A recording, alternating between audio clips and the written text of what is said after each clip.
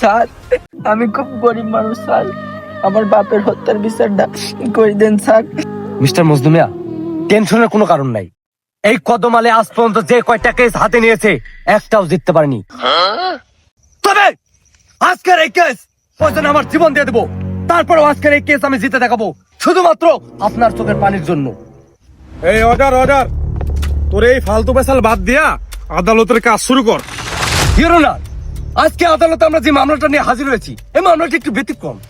আমার মক্কেল মিস্টার মজলুমের বাবাকে এই বিশুজাঘাত সামান্য কিছু অর্থের জন্য রাতের রাতারে নৃশংস ভাবে হত্যা করেছি।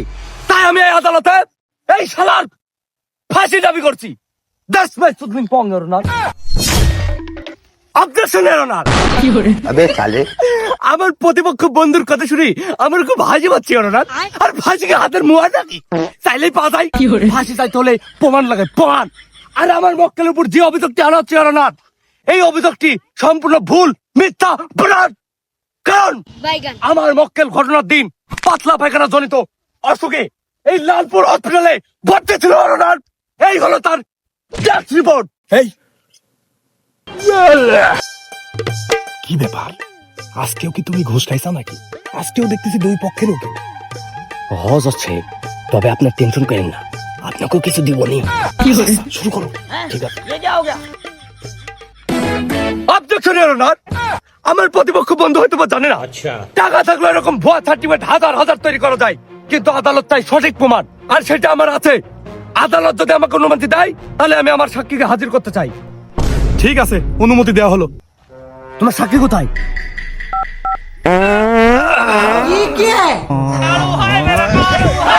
ना हाक दे বসেও ডিস্টার্ব। হ্যালো চাচা, যেখানে থাকেন তাড়াতাড়ি আদালতে চলে আসেন। ভাতিজা আচ্ছা ঠিক আছে, আমি আসতেছি। আচ্ছা আচ্ছা নো আরে মিয়া কই থাকেন আপনি? আরে ভাই আমার হাগা চাবি ছিলি আর কই না। আগের ঘর করে আইসি থাকে। হাগা? আপনি এই খুনের ব্যাপারে কি কি জানেন তা নির্ভয়ে এই আদালতে প্রকাশ করুন।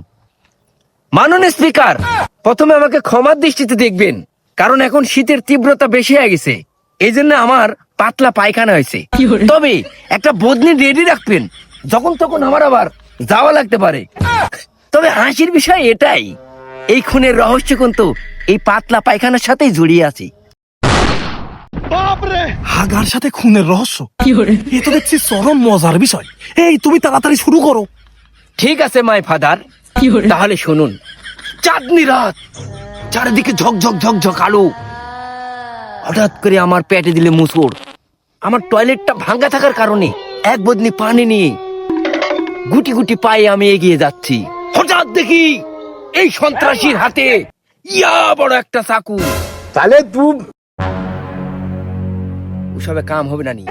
ইয়া বড় চাকু ওর হাতে, সামনে আমার চাচা। ইয়া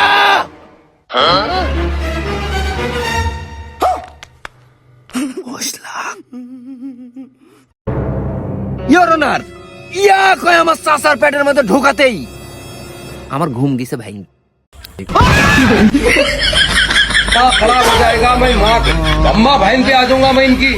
আরে চাচা, তুমি আমার সাথে বেইমানি করতে পারলে? আরে যে যাবার সে চলে গেছে, তাকে তো আর ফেরত পাওয়া যাবে নি। আচ্ছা তুই 2 লাখ লিখে নে, আর আমি 8 লাখ লিখবো নি, এইভাবে জীবন করবো। চপ পাগল।